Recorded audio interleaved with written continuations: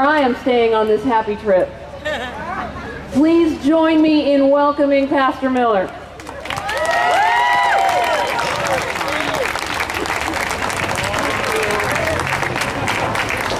Wow, let's give God a hand of praise for this gathering out here today and for all of these speakers that we've heard so far. Then give God a hand of praise just for allowing you to be here on today. This would not be possible if you didn't take time out from your daily walk to be here in support of our religious freedoms.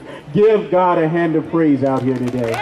San Francisco needs to know that there is still a remnant that will lift up the Lord in this age that we are living in.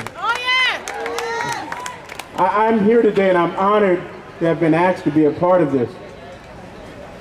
As we stand here in the city of San Francisco, I can't think of any other municipality in this great country of ours that have stood in the rights or in the way of our rights to freedom of expression of who we are as Christians than this city of San Francisco. I am bothered, my brothers and sisters, when I think about the decades that cities of Oakland, San Francisco, and urban centers have continued to vote in the same cookie-cutter politicians that have instituted policies that have kept people enslaved to welfare, on their way to prison, uneducated, and won't allow us to pray in schools with our children, but then will seek our help and send us into prisons to open up the Bibles and to share a word of God with them that we might pacify them when they have been kept quiet behind prison bars. We are beyond time for change in this country. We are beyond time of patience in this country. It is time for that remnant of God to stand up and say that we demand change. We demand that our rights as Christians, as believers, would be respected in this age that we are living in. It bothers me when we can come into this city that have stood in the way of a corporation, and a mayor has said that they will not be allowed to open up a franchise here because they have a stand on traditional marriage. But this is that same city that will allow grown men and women to walk up and down the streets naked, and the only concern is will they put a towel down on a seat before they sit down. There is something wrong with that thought, and we are beyond time for change.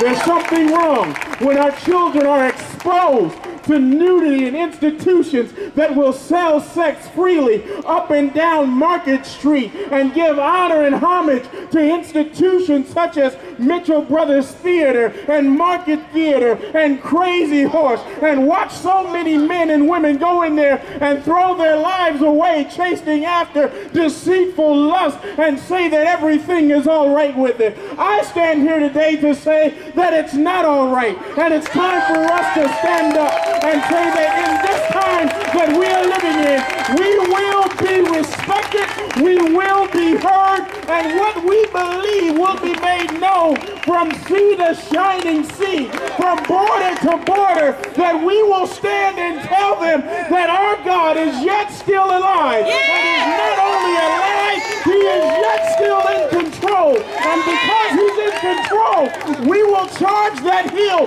of evil that stands against us, that have allowed more than 30 million black children to be killed by abortion factories. We will stand against that institution that is telling us traditional marriage has gone the way of the dinosaur. We will stand against those institutions that have allowed our children to be picked up from public schools, taken to have abortions, and dropped off at the end of the day.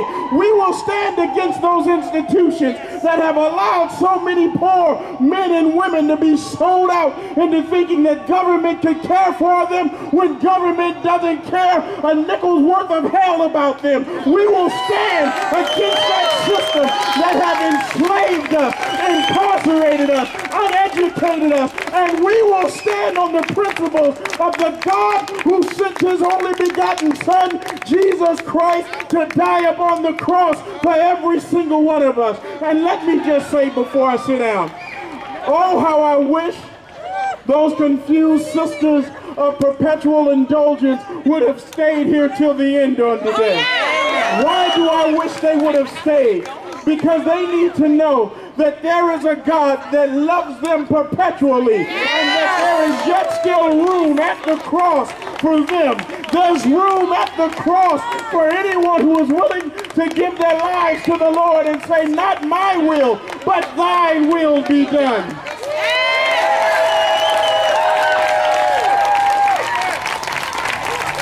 What we believe as a people will not be defined by those that are in the White House. And I don't care if you're voting Republican or Democrat. When it comes to our religious freedoms, it's 6 in one hand, a half dozen in the other. We have got to stand for what God has told us to stand for. We have got to stand so that the world will know that we will not be silenced, we will not be sat down, and that in the face of this evil age that we are living in, we will continue to stand. And as I take my seat, there's a song that we've sung in our churches for many years that says, where will you stand? Who's on the Lord's side?